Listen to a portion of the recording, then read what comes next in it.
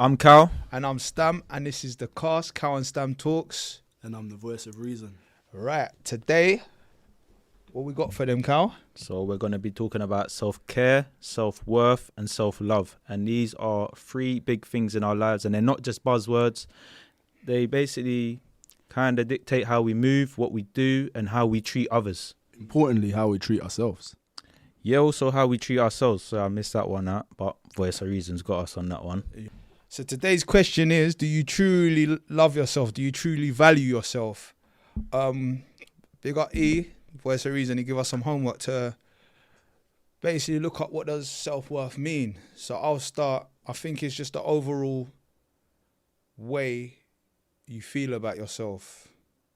Do you value yourself? I think I said in previous episodes, I didn't really used to think much of myself. I used to look down on myself for a long, long time. And this is something that I'm still working on, still building my self-esteem and confidence. Okay. And Why do you feel like you felt like that though? you know, with a lot of work on myself, a lot of therapy, a little bit of research, Yeah. you know, big up my mum, because she did everything she could, but my mum was a single mum. Yeah, same. And my mum, hope she don't mind me saying, she was in care. Okay. So I realised my mum didn't get the love. She probably, So she couldn't. she didn't get the proper love. So in turn, probably wasn't able to, didn't even have the capacity or know Yeah, how to show me love. Yeah. Also, I would say coming from a Caribbean background, there's a lot of strict parenting. I know a lot of people can probably relate, very strict parenting. And I feel like, over time,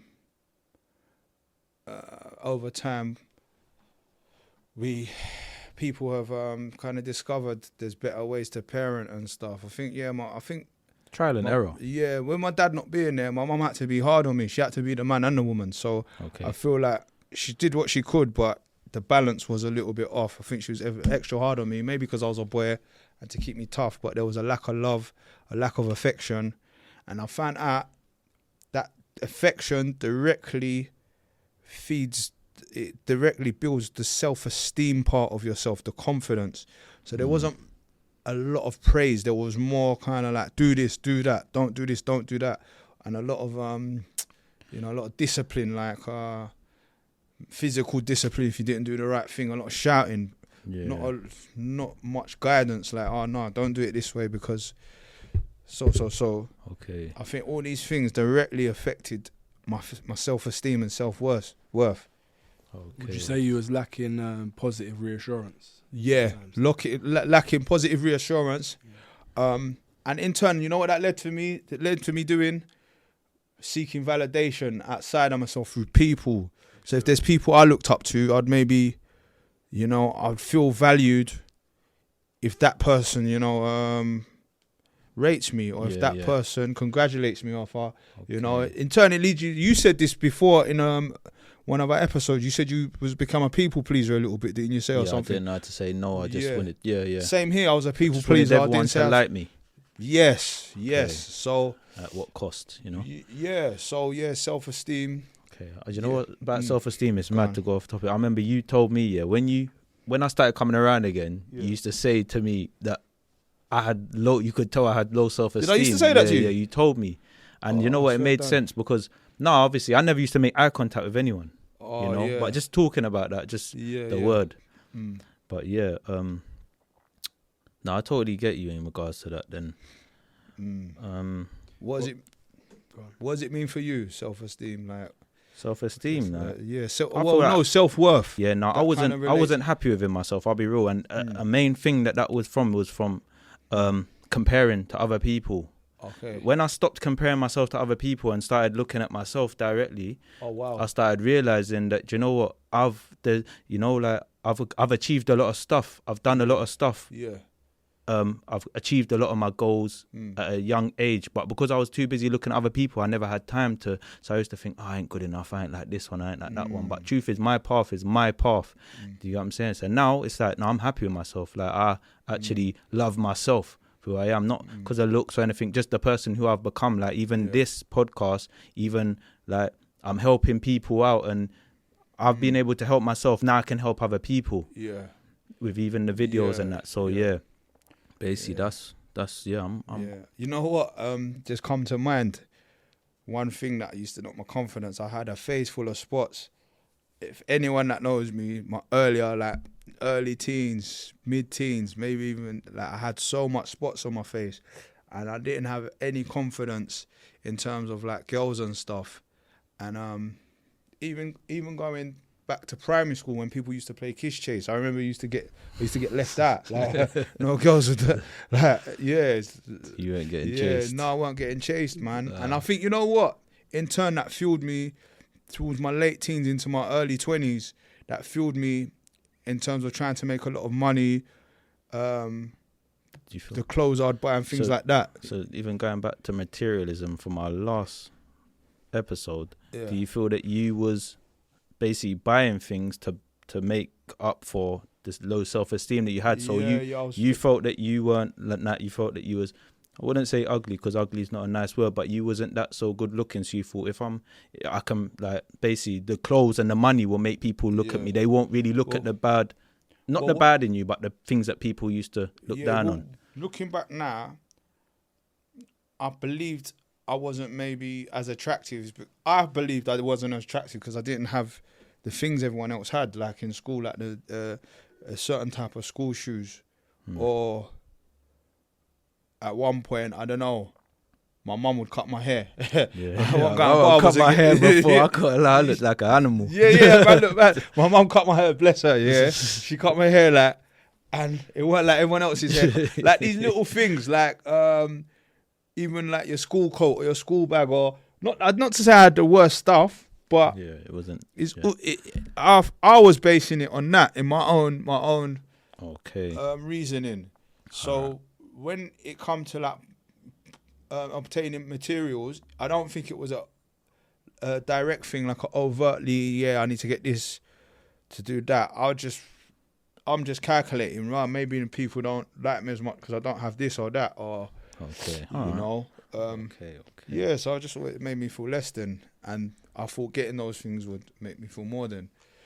So man. Do you understand? Would you say, where would you say self-worth connects to? Like, what do you think it stems from and connects to? As I explained at the start, for me personally, my personal journey, not much affection from my mum. Not much affection or love or even encouragement or even just congratulating. That's where it probably rooted. Affirmations. I think recognition as well. Yeah, recognition. Something's going unrecognized sometimes. Yeah, I think that's where it roots in. But then along the way, I'm sensitive. Or I realise I'm quite sensitive. Yeah. Yeah, Kal. I realise I'm quite sensitive. So, see if you're messing about with, you're having a little cussing match with your friends or whatever. Someone says you're ugly. I heard that one too many times, so I started to believe that I'm ugly. Do you get what I'm saying? Along with, do you know what? I kind of get that because sometimes when people say certain things to me, till this day, I overanalyze stuff. Someone might say something when they're angry. But I start thinking it's personal sometimes. So I totally get that. Yeah, of course. So I've just done a quick deep dive, and self-worth is closely aligned with identity. Wow. So understanding who you are, where you form your identity as a young age. So it leads to what you're saying. There's when you have issues within your childhood. Yeah. If you do or you don't, that will obviously steer your self-esteem, your self-worth, or your beliefs of yourself. So a lot of it does stem from early I think that's down to identity. That's a sometimes good one, we don't actually know who we are. Yeah. Sometimes even we to this even to this day, at the big age I am, I'm still learning stuff about myself, discovering and slowly unlearning certain things, and unlearning certain things and just putting away what's false, questioning things. This is what I mean. I'm questioning a lot of stuff about me, questioning things that people have said or taught or what you've been taught, and pulling away all the falsehood. Yeah. Okay. Yeah, because there's false things that you believe about yourself. Yeah, that's what the mind does. Like, again, ugly. But who told me I'm ugly? Who actually told me that? Yeah, but it's just an opinion. But it was a truth for me at one point. So now I know, but I know Okay. I'm not. You get what I'm saying? So, yeah. Self-worth. Mm. Do you think people confuse self-worth with their net worth? Self-worth with their net worth. Yeah. You answer it first, Carl, if you like. Yeah, I do think that people do confuse it because it's two totally different things I'm thinking about, because self-worth is you. Do you know what I'm saying? So basically, net worth is how much someone is worth, I'm guessing, innit? Like, whatever they do. Yeah. So you could do something that totally don't, like, for example, you might be a singer or an actor. Right. That's not you as a person, is it? Because an actor is an actor, and you as you is like you. So I think they're totally different, to be fair. I can't really think of how to explain it, but yeah, self-worth. So ask the question again, just so I'm accurate. Do you think people confuse self-worth with their net worth? Oh, yeah. Or achievements? Of course. So just, we say net worth. Your net worth is what you're worth in cash value, and your self-worth is attached to, well, my self-worth was attached to that. And I said in the last season, I had to lose it. I had to get it all, lose it all, to realise I'm still me with or without it. Mm-hmm. But even losing it all, that took a while. That was a process to realise I'm still me, you know. And yeah, it is attached. It definitely, that's just how society is. Even just down to, you know, like you meet someone, if you meet someone new, you might be out networking, or you just meet someone. People always trying to work out how much respect to give you. They're trying to work out who you are, what you're about. Counting someone's pockets. That's where that term, counting someone's pockets. Yeah, the people are like just trying to, you know, who does he know? Like, what class is he in? What status is he in? So it's not even just the individual to blame. Whoever the individual, if the individual's me, Cal, or E, if we have our self-worth attached to our net worth, it's the people you encounter as well. It's how people view you. It's just how your interactions are. And if you like I said, I thought I was ugly, weren't getting girls, and then I start getting myself some money, start getting some materials, start, you know, wearing better clothes or whatever, and I'm noticing that people are embracing me a bit more. I'm getting a bit more love. You know, that's gonna reinforce that. Oh, okay, like, so now I've got these things, or now I'm doing this or that. People love me more. So this is what it's about. You know. You then put more value on that. Yeah, that's what, you know. So I think self-worth and self-value, it can only come from self. You know, you are the only one that can give yourself that. How much of our self-worth is shaped by other people's opinions, do you think? At this stage in my life, and I'm going to keep using that phrase through this podcast. You're going to keep hearing me say at this stage in my life, because life is in stages and phases. So what answer I give now might not be the answer in 10 years, or it might not be the answer 10 years ago. So I want people to understand that. At this stage in my life, no. But but think about it though. See when this pod grows and we get more recognition, we might even value it more. What do you think? Do you think we might value it more, or do you think we might be more excited about it? Because is that not attached to it? I would say, I mean, it's validation, I guess. It's the dopamine that you get from it. Yeah, I'm not gonna lie. I look at the followers. I look at I look at the numbers and all that. And to be fair, I'm not actually looking at that myself. Yeah, here and there, I'm not obsessed with it, but you're gonna cast a glance on it. But yeah, more so, I think as time goes on. Yeah, but we stick to what the core is and what the ethos of this podcast is, then we won't stray too far away from that. Do you know what I mean? Yeah. So to answer, at this stage in my life, not as much. Let me be honest. My self-worth probably is somewhat dictated by external or other people, in terms of, you know, if you meet someone and they show you love or they show you respect, that's gonna definitely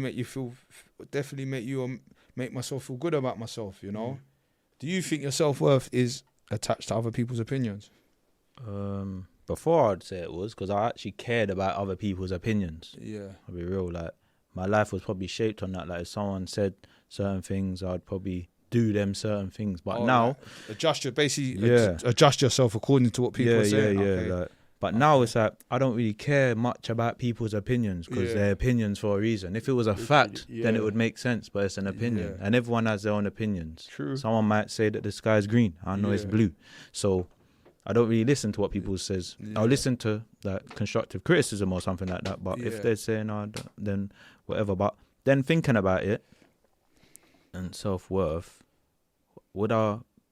I did this based off of people's opinions because people said, I think you should do a podcast. So kind of, it's kind of a tricky one. But there's nothing wrong with taking a suggestion.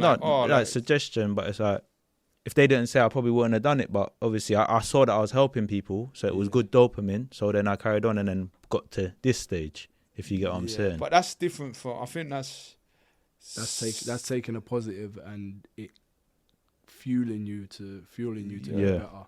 As opposed to taking a negative and you feeling bad about yourself. So that's a good sense. So that's a good sense, but negative things that people say, it's opinions at the end of the day, and I feel like I've spent a lot of my life living it off of people's opinions and stuff like that, and nothing's ever good.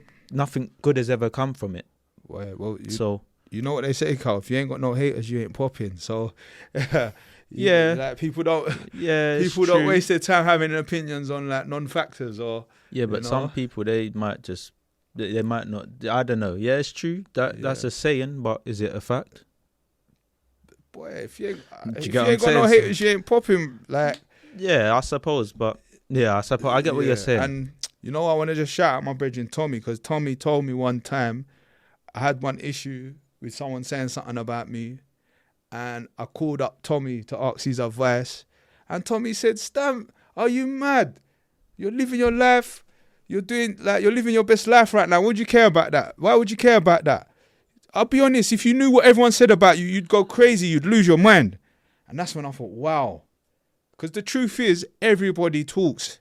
Everybody gossips. Everybody's gisting. Everybody's talking about everyone. That's the God's damn honest truth. Everyone's talking about everyone. So I had to come to terms with people talk and people say whatever.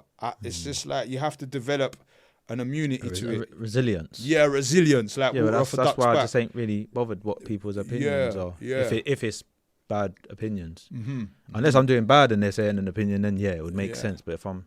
So then I guess we've got to kind of develop the skill to discern whether it's just gossip or if it's just like constructive criticism. We got to kind of and to differentiate. And this is where another thing comes in. I had to learn to not be offended so easily and be hard. Able to just take a bit of criticism, take a bit of, take it on the chin, mate. And just process. Because I used to be offended about everything, and I think that's tied to your self-worth as well. Like I was always on the defensive, and now, as I said, I'm starting to know who I am. So certain things I don't need to defend myself because I know it's not true. So Okay. When was one time when you felt that your self-worth was at its lowest? Good question, boy. You know what? With me, I could say a one time and explain what was going on, which I will. But I think with me, it's like an ongoing thing that I have moments. It comes in waves. Yeah, it comes in waves. I have moments. If I've had a stressful week or things that don't go my way, I could for a moment just kind of really get a little bit down on myself for a moment and, start seeing a glass half full, half empty rather than half full. I start instead of counting my blessings, I start counting everything that's going wrong. So, I'll answer it like that. But then another time, I suppose, when I said this on this podcast and last week's episode, when I lost it all, I went for a period where, everything was just on the decline and I hit rock bottom. can't remember what year it was, but yeah, there was a time, when I lost it all, man. I lost it all, and I felt I got deserted, but it was probably rightly so. The space I was in, you know, humans are just humans, innit? You know, you can't. There's only so much maybe friends or family or whoever's close to you at the time there's only so much they can help or support or even have the capacity to deal with. So, yeah, there was a time, when I first ever time hit rock bottom.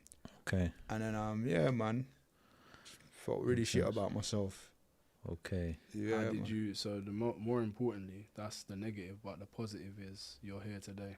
Of course, a story. I'm here today. You feel like, a lot better about yourself. Yeah, bigger and better. How did we come to that? It's a process. One thing I will say, it is a process. And I have my own personal mantra. Tables can and do turn. The tables always turn. You just gotta wait your turn. I just had to wait my turn. You know what I mean? Okay. So, yeah. What about yourself, man? When's the time when you hit rock bottom? I think when I was dealing with depression more than once, I feel like I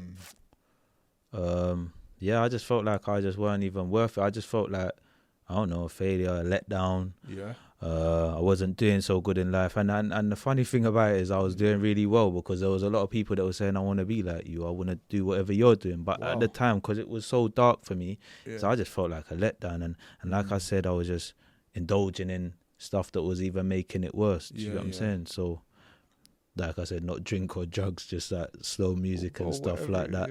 But yeah, that was a one time, like, and obviously, and I think that was due to me just, obviously, if I don't like go to work or something or go to the gym or something, like, for me, an idle mind is a devil's playground. Oh gosh. If nothing's going on, he's involved in, I just start thinking the crazy, start thinking about fears and start thinking about regrets and stuff that's gone wrong in my life. Do you know what I'm saying? Because I've got enough time to think about that. But like what the Voice of Reason asks you, how did you bring it back?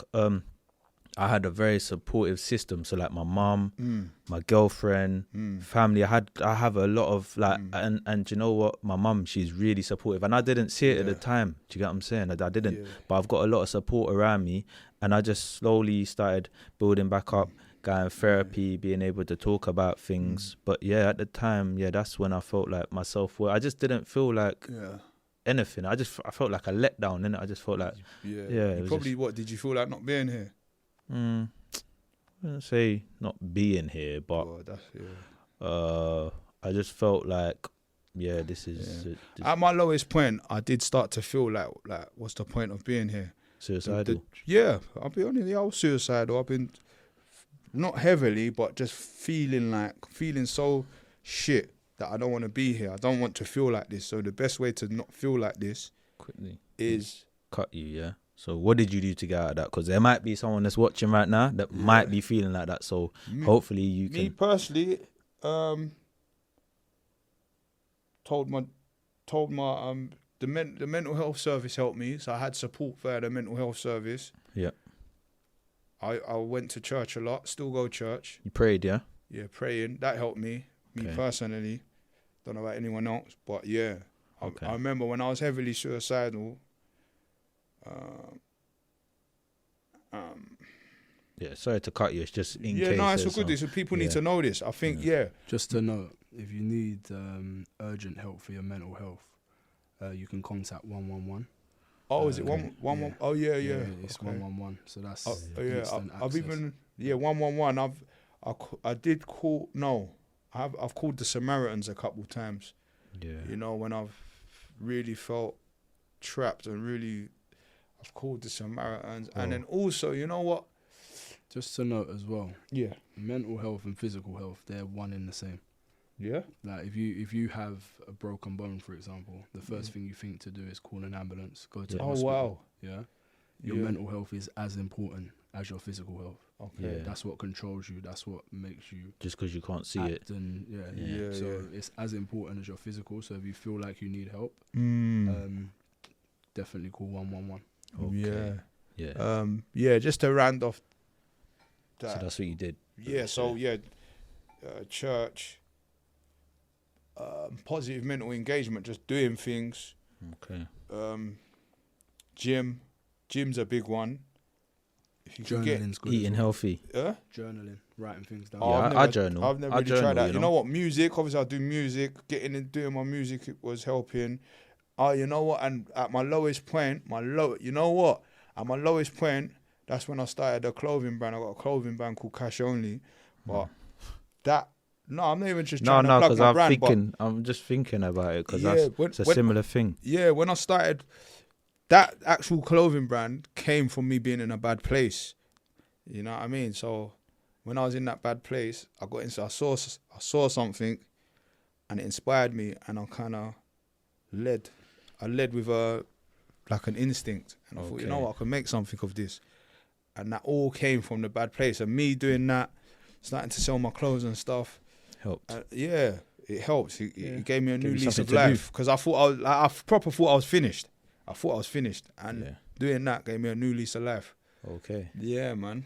All right. Yeah. So, and even linking to materialism and stuff like that, unpopular opinion, but yeah, like making money does help. It doesn't. I know money can't solve everything, and some people say money can't buy happiness. I don't know if it can or can't.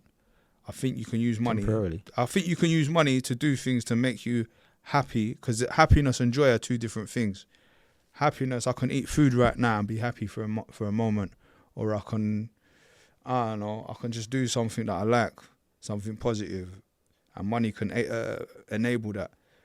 So I think, yeah, man, making money helps as well. I'm not gonna lie, it's not the cure, but that helped as well.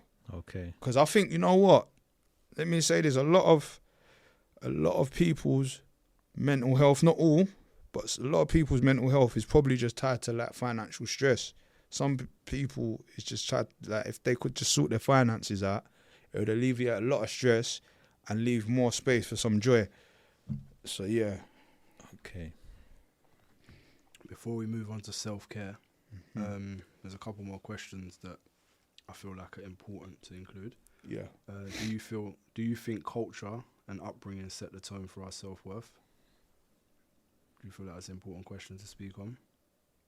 Yeah. Is self-worth something we're born with or something we build? They're the two questions I want to touch on.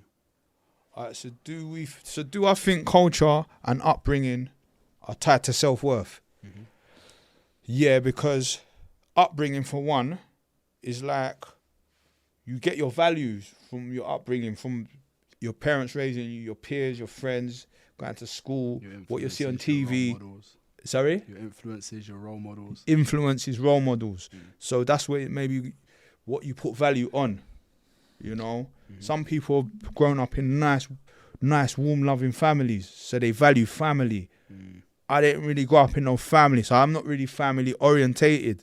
Love my mum to bitch, you know what I mean? But I've got brothers. I'm not as close as I would like to be with them. You know, I've got cousins. Some cousins I'm close with, but I'm not really family orientated like that, you know? But that's just an example. Do you think culture and upbringing set the tone for our self-worth? Yeah, I do feel like that, because obviously, like Stam said, it's the values and how you're brought up, I feel like. Yeah, but you know what? Self-worth, for me, is, I don't know, man. I understand it, but I don't. Kal, one sec. Sorry to cut you. We talk about culture a lot, yeah? Yeah. And obviously, we're all from different backgrounds. Yeah. Ancestrally. Yeah. But we're all British born. Mm-hmm. So we all may have developed from the same culture from a British standpoint. Yeah. Depending on our households, they may be very different. Yeah. But in terms of what we grew around and our understandings would have been similar to an extent. Yeah. So culture will be also like the British narrative as well. Yeah, of course. 100%. Self-worth, yeah. I don't know, man. I don't really understand self-worth like that. I'll be real. Like, I get it. Like, it's who you are, innit, basically. But it's how much you value yourself.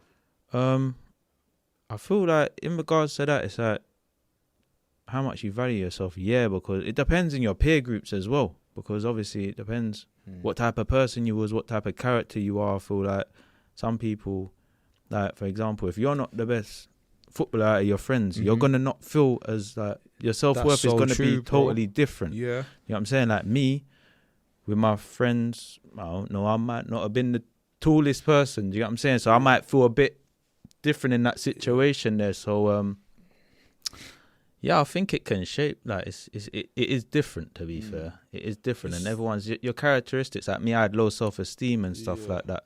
That may have came from just being around my friends, because I didn't play football. Like you didn't play football, so a lot of the time I get picked last. So, I was in goal most of the time. So quickly, I'm gonna jump in. He just said, coming from a cultural, like a British standpoint, so like different cultures may place emphasis on, like one culture might have education as a very value. They might value education more, but then maybe coming from, I don't know, when we're coming from like a British culture, maybe like something like football. Or so, like doing well at, like you're more valued if you're good at football, or you might be more valued if you're good at certain sports or something. I'm not saying that is what the culture is, but I'm just saying that could be a comparison. So and that's then why I feel like mine. I wasn't a football person really. I played football because I don't know, I had to really because my friends did, but other than that, no, I didn't. But I feel that going back to the question again. Do you feel like culture and your upbringing shape? Yes, I feel it does shape you. I think everything shapes you into who you are today, because being from a different area, you could have been a totally different Stam. I could have been a totally different Kal. So I think it does. And lastly, on self-worth. So do you think self-worth is something we're born with or something that you build? I think it has to be built. It for me, it has to be built, because you don't know everything at once, especially about yourself. It's built because also your values are passed. Some of your values are passed on to you, and then when you develop a mind of your own, you start to place your own values on things based on your experiences, and value your things you value can change over time. You can value different things about yourself. You know, once upon a time, it was maybe you were respected on how many girls you got. You know, so they say he's a gallus. He gets loads of girls. But now, it might be on like maybe you're doing a podcast now. He's not a gallus no more. He's doing a podcast, or he started a business, or even on the same context as a gallus, there might be a family man now. So they're more valued in being a family man than having all the girls. Yeah, they might. And these are things that we just emulate. We're given these things like, again, programs. Yeah, programs. Again, kiss chase. No girls was chasing me, so I thought, all right then. So I get if girls like me, that's where the value's at. So that's what I thought for the next 10, 15 years, that's what I'd be focusing on, getting girls. That's what drove me, you know? Mm-hmm. You know, so, yeah, man, it is definitely. And Kal, do you think, we're born or it's built? Yeah, do you think you're born with your self-worth, or do you think it's built over time? Like, I think it's built over time, because see, when you're a kid, like you're like a sponge and you're just taking in new stuff and whatever, and I feel that your environment shapes you, who you are, like from what you're doing. So I feel that you're born with some things, like traits. You might have traits from your parents, but as you get older, you become your own person. Like them traits, I feel like they kind of drift off, and you become who you are. You form your own person. Like growing up, I might have been a bit like my dad, a bit like my mum. Now I'm Kal. Do you get what I'm saying? So I'm me. So I feel like I don't think you're born with it, basically. Yeah.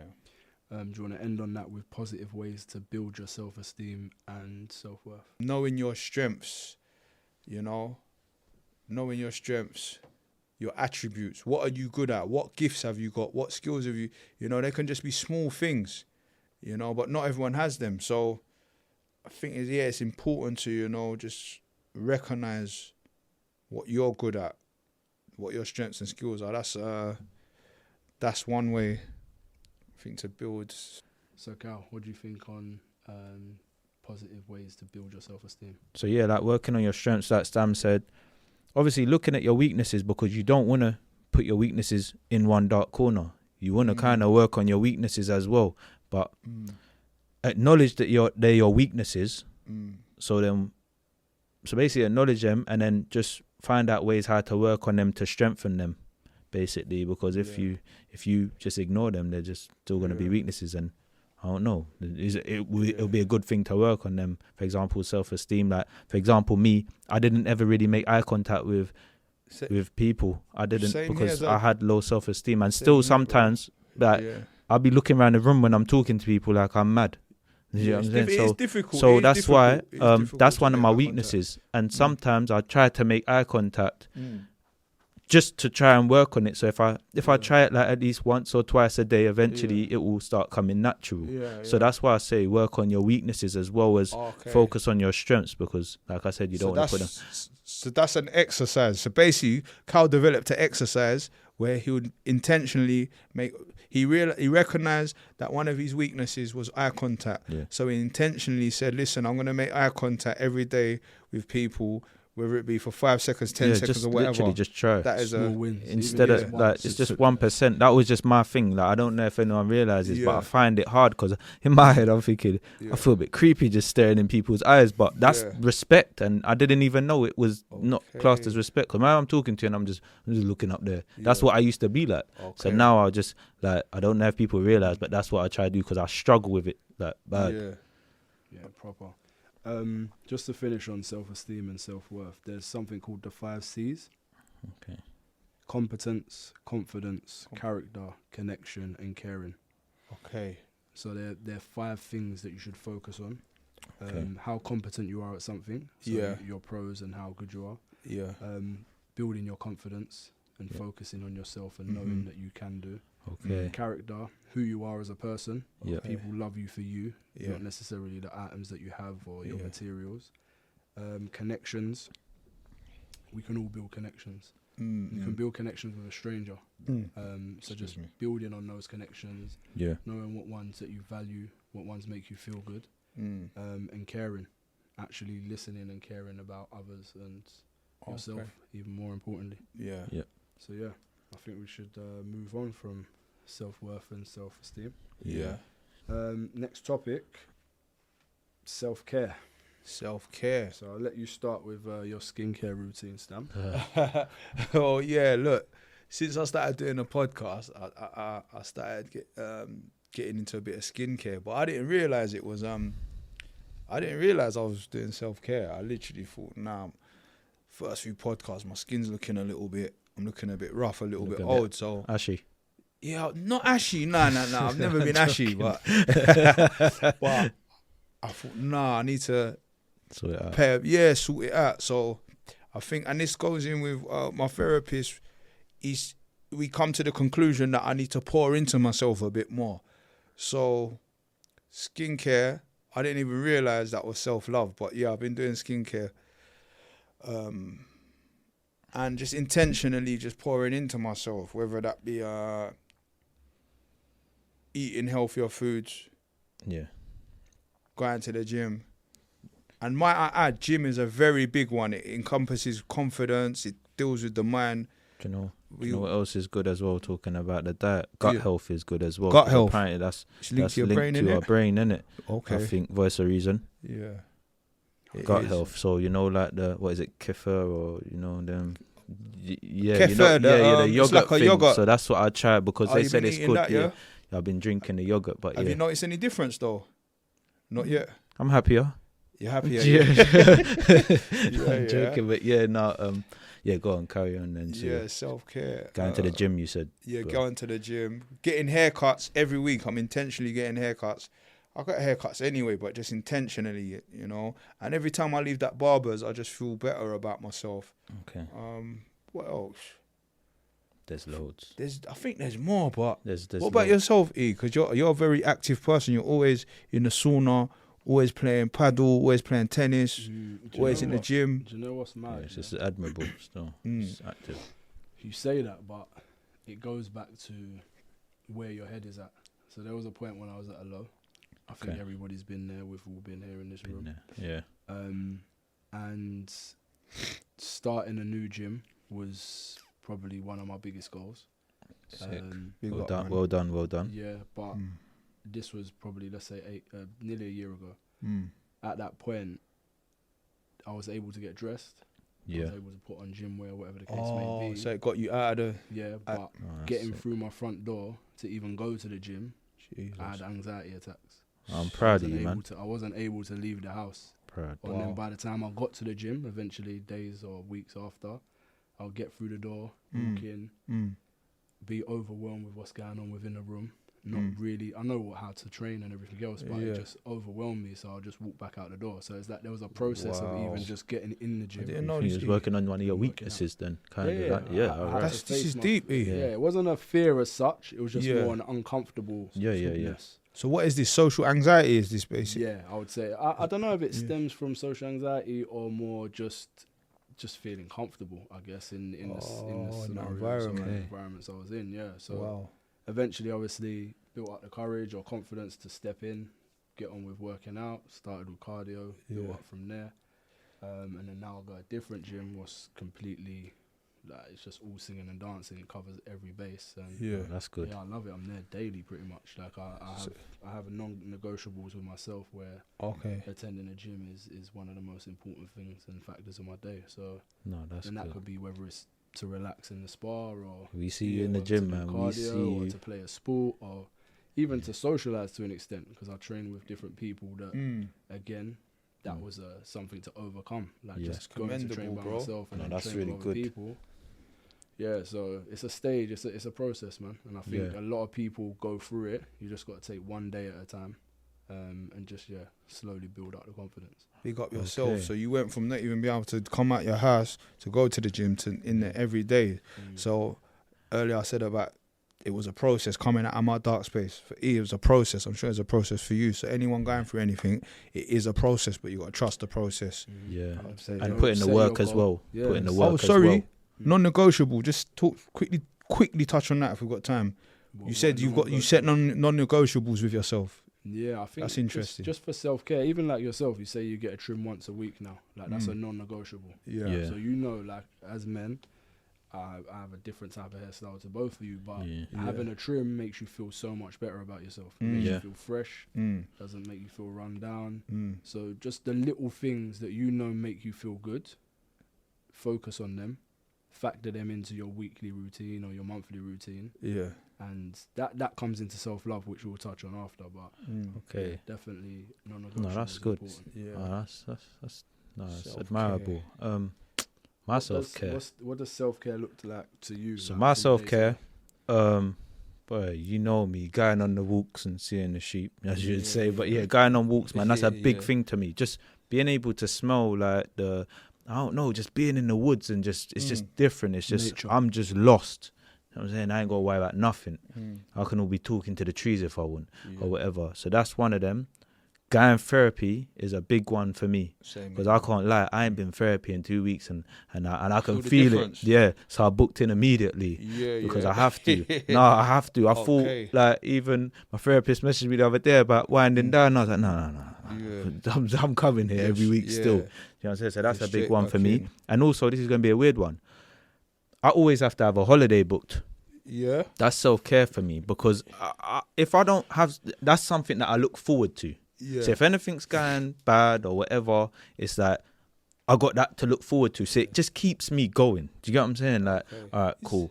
Like, I got a holiday booked in September. It just keeps me going, innit? Like, because think about it. If I'm just going work all the time, just going work. There's nothing to look forward. There's little things to look forward to. But I like holidays. It's gonna be mundane. What's that? Mundane is like just monotonous, the same thing every day. So you know, like you got something to look forward to, like a countdown. For me, it's like kids count down to Christmas or their birthday. Counts down to holiday. Yeah. Even if it's a little holiday, just going to the airport, packing your stuff. You know, the excitement. Got to get up early. Got to getting drunk on the plane. That you get what I'm saying. You just put that packing part is stressful. You have to put on that Jet 2 holiday music. But wait.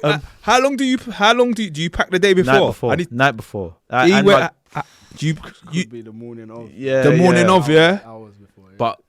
my girl, she'll pack all way before, but me, I'm all rolling them up and trying to Just put quickly stuff. just- yeah. Yeah, and I'm just trying to, and then I'm using the way thing to make sure I'm in, and do you Oh, get what I'm yeah, saying? yeah, Because yeah. I try to pay at the I airport. get there and it Yeah. is where it is for me. Yeah, but yeah, no, Wow. holidays, therefore, it just gives me something to look forward to. So Yeah. that's a lot of self-care. And then, just trying to eat healthy, even though it's hard, but trying to drink water and stuff like that. Mhm. But yeah. Good stuff. So, question based on my story about just going to the gym and whatever else. Mhm. Would you say self-care is more about comfort or discipline? Sorry, comfort. Wow. Discipline. He's coming with the questions. I think it might be discipline. Because self-care, yeah, it's discipline. It's still doing the things because you know that's your self-care, like your skincare routine. That's discipline, doing it every day, I feel. You know what I'm saying? Because if you don't do it, that's not self-care, for example. Going to the gym is discipline. It is self-care, but it's also discipline to get up and go. You're disciplined. Firstly, can we just get a quick explanation? What is discipline? What is your lot's Discipline. interpretation of discipline? Because for a long time, discipline was a bad word for me. I just think of my mum beating me. For me, discipline is being a man of your word. If you say you're going to do something, do Setting it. goals and Yeah. following through. Say innit? you're gonna be at 6, then we expect you at 6. Yeah, no, it's discipline. It's for not yourself, coming- though. it's not Yeah, coming half hour this, late. This is more self-discipline. This ain't disciplining other people. Okay. It's more if setting an intention Yeah. and following through with it. Okay. And Cal, Being what's this? consistent. So I feel that discipline. It depends what your self-care is, though. So say your self-care is bubble baths, Yeah. then that's comfort. I feel like.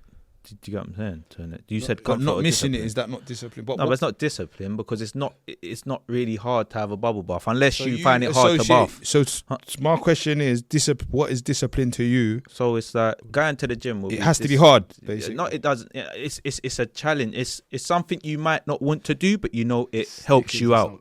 Yeah. So like the gym, I can't lie. Whether you feel like it or not. Like I don't always like going to the gym, but I have to be disciplined because I know it helps me. So it helps me out in the long run, self-care. But like a bubble bath, for example, it's not hard. I just put in the bath, innit? Let's not romanticize the bubble bath. Though, No, but it's just self-care, no, innit? wait, because I'm gonna land. Let me land. A bubble bath makes it sound sexy, and all romantic. yeah. No. You're gonna understand what I'm gonna say in a sec. Self-care is actually taking care of yourself. Yeah. It's an action. And it's habits, right?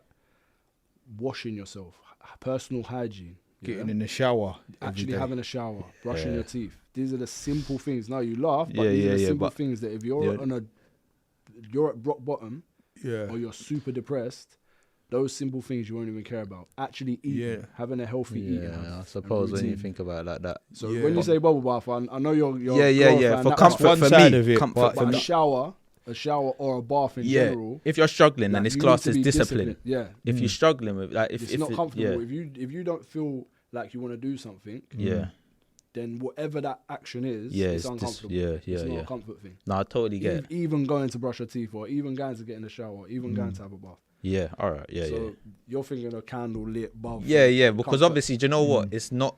I don't need to discipline myself to bath, innit? But if someone did, then I get it. But because of Depends me, on that's a what level comfort, you're at, but self-care, like pampering, basically. For me, going like spa for you is self-care for you when you go sauna. It's not where I can't be asked to go in the sauna today, so you go in because it's a comfort Ice to you. bath isn't comfort. But That's to some discipline. people, yeah, true. All right, cool. It But depends on what level you look at it, but Yeah. basically it's setting an intention for me Okay. anyway. That's my view. Okay, I think and my quick answer, discipline, is the avoidance of negative consequences. So in the long run, if eating certain way is gonna make you put on too much weight, then you wanna avoid that.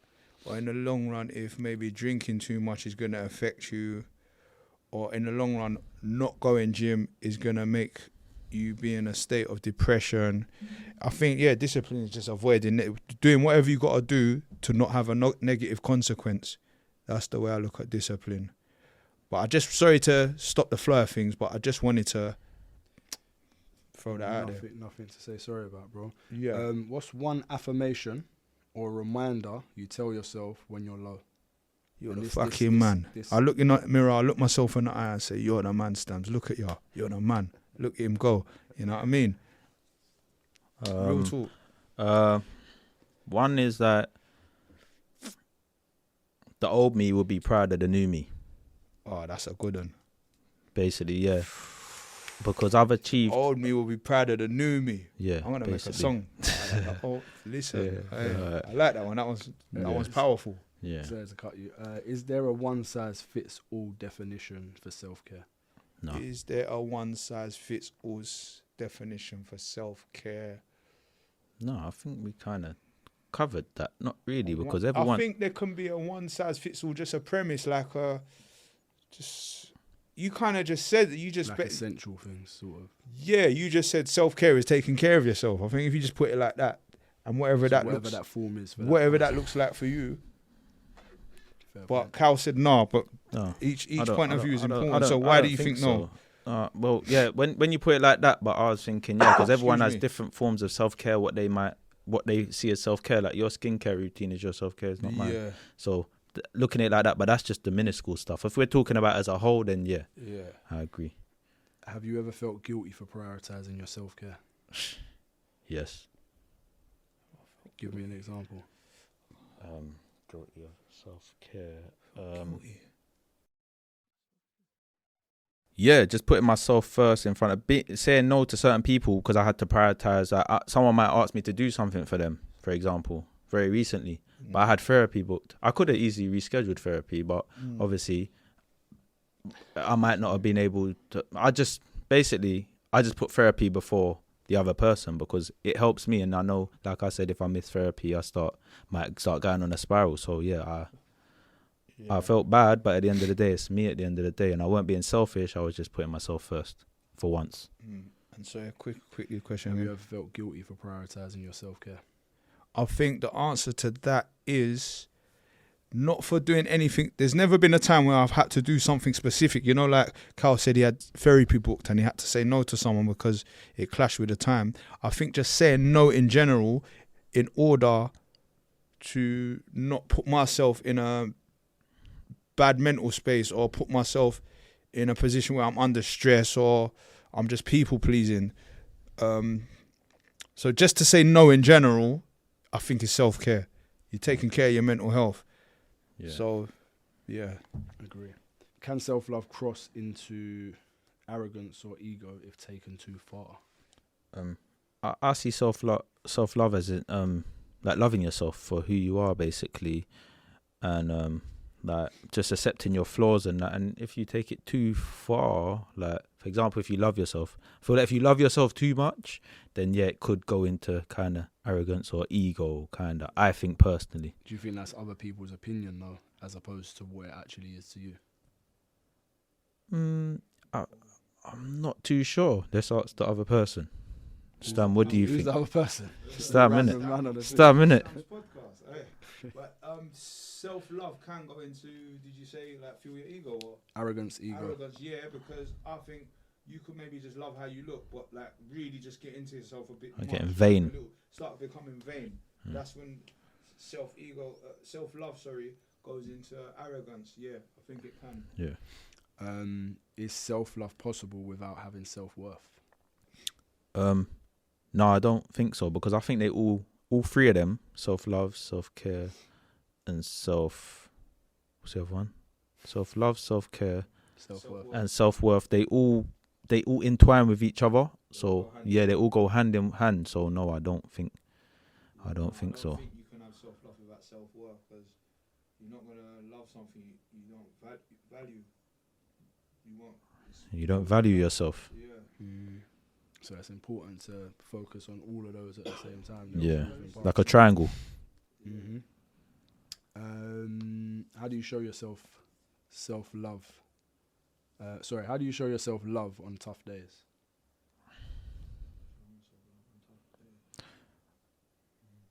How do you show yourself love on tough days? Basically, you have to think about it like this.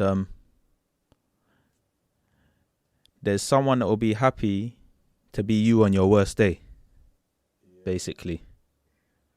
I think maybe just making them Yeah. an intention, man. Yeah, no, there's someone that will be happy. So you on your worst day, someone would love to be. Put it that way. So that's what keeps you going. There's always someone that wants to be you. But how do you show yourself love? You tell yourself that. Show gratitude. Yeah. You tell yourself Practice that. gratitude. Yeah. Oh, you know what though? I realised how far I've come. Where I was. Yeah. That's kind of. It's a reminder. That's what you've got to remember. Think about the problems you've overcome. Affirmations that you set. Think how far God has brought me. Yeah. And where I could be. Can you truly love others if you don't first love yourself? Yeah. I think you can. Some people do that. Some people show people all the love and they don't even love themselves. Do you get what I'm saying? There's some people that are just loving people and for example, there's some people that are so smiley around people and so sad within themselves. Do you get what I'm saying? Like that one. Like I've seen it somewhere before. I can't find it or even think of it. But there's some people that will show up for others but won't show up for themselves. Basically, they'll make everyone else happy. And I used to be like that. yeah, so I used to make my friends happy and laugh and go home and be sad. Before I So- put everyone first, deplete myself of whatever it is. If it's love, even money, I'd spend my money on other people and not leave much for myself. Yeah, And the next day, everyone's gone living their life, and I won't even get the same reciprocation, and I'm just left there. So yeah, How do we overcome these things? well, by first identifying it and just putting boundaries, making small changes. love yourself first. Put yourself first. It's not selfish. You're putting yourself first. It is selfish, but there's nothing wrong with being selfish. Amen. So that was Kal and Stam Talks. Today we spoke about self-worth, self-care, self-love. Yeah, it's been an interesting one and it's been very relative to my experience. Don't forget to like, share and subscribe. Tell us what you think. And you know what? Tell us what was the most related thing to you. Cal? If there's anything I'll take away from this, is just hearing, I don't know, the Voice of Reason's experience or what he has gone through, and also Stam, because obviously I know them, but just learning stuff about them means a lot that I can take away from. Alright, and I'm just going to round it up with, your value isn't up for negotiation. Your care isn't selfish. And your love for yourself sets the standards for others to treat you. Or how others treat you, should I say. So take some time, invest in yourself, because the best relationship you'll ever have is with the one you have with yourself. That's powerful. And before the world tells you who you are, how much do you believe in yourself? Okay. And that's a wrap. Cool.